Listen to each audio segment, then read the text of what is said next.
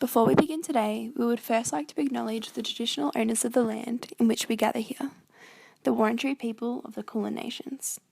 We would also like to pay our respects to their elders both past and present, and extend that same respect to any Aboriginal or Torres Strait Islander peoples viewing today. Type 2 diabetes mellitus is 4 times more likely to develop for an Indigenous Australian than for a non-Indigenous Australian.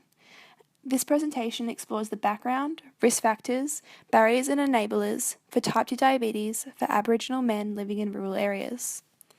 In terms of historical background, systematic stress is the daily experience of many Aboriginal people and relates to the ongoing effects of poverty, widespread grief and loss, racism and discrimination, and a history of dispossession and stolen generations.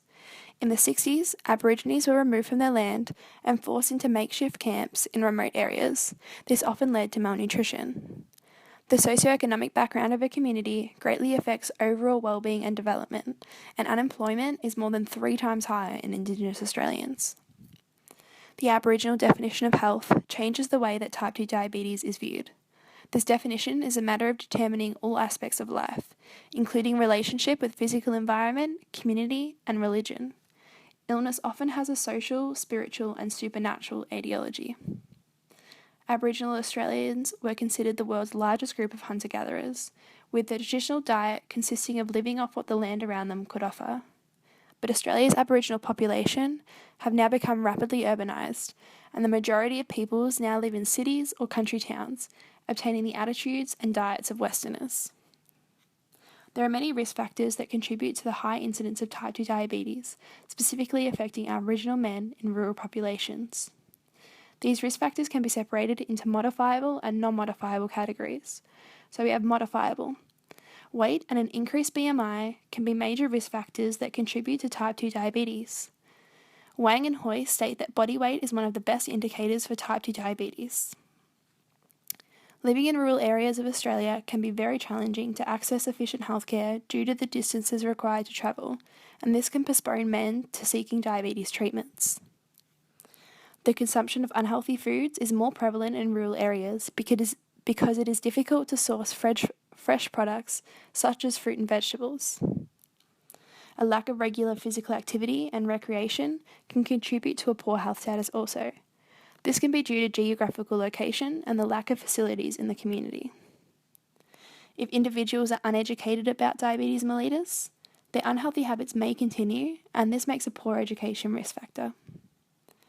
The overconsumption of alcohol and the intake of illicit substances can be a risk factor due to the associated weight gain and lack of nutritious food intake.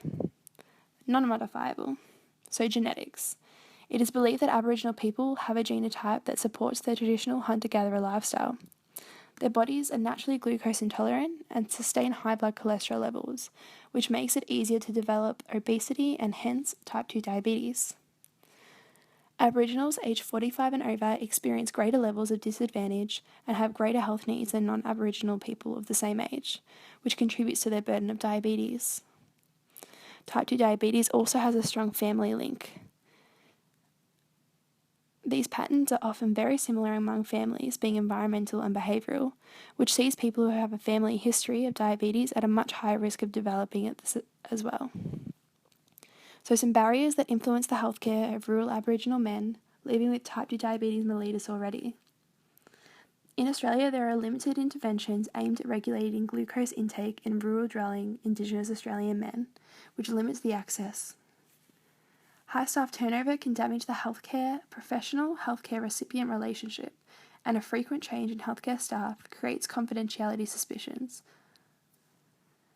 Linguistic and cultural differences can create miscommunication between non-Aboriginal healthcare workers and their Aboriginal clients, and this affects understanding of diagnosis. Staff are often socio-linguistically unprepared for giving adequate and appropriate care. Rural Aboriginal men will need to travel in order to receive specialist healthcare in rural or remote areas, and due to the lack of availability, rural Aboriginal men have a limited choice of health practitioner. Some enablers that influence the healthcare of rural Aboriginal men living with type 2 diabetes mellitus. Aboriginal diabetes prevention programs have more success and a high sustainability at reducing risk factors if they are community targeted and run. Increasing the collaboration between Aboriginal healthcare professionals and liaison officers with Aboriginal clients will help them feel more trusting of the health advice, therefore increase their treatment adherence. Community-based initiatives can create strong relationships and establish rapport between healthcare givers and healthcare recipients. The Australian Diabetes Education Association course was first opened to Aboriginal health professionals as recently as 1998. This equips healthcare professionals with the knowledge and skills to care for people with diabetes. So in summary, there are many historical, cultural and social factors contributing to the burden of type 2 diabetes experienced among Aboriginal men living in rural areas. These men may also face many barriers such as cultural differences and rural living, but these barriers are starting to be overcome by enablers such as health literacy education and Aboriginal health practitioners and liaison officers.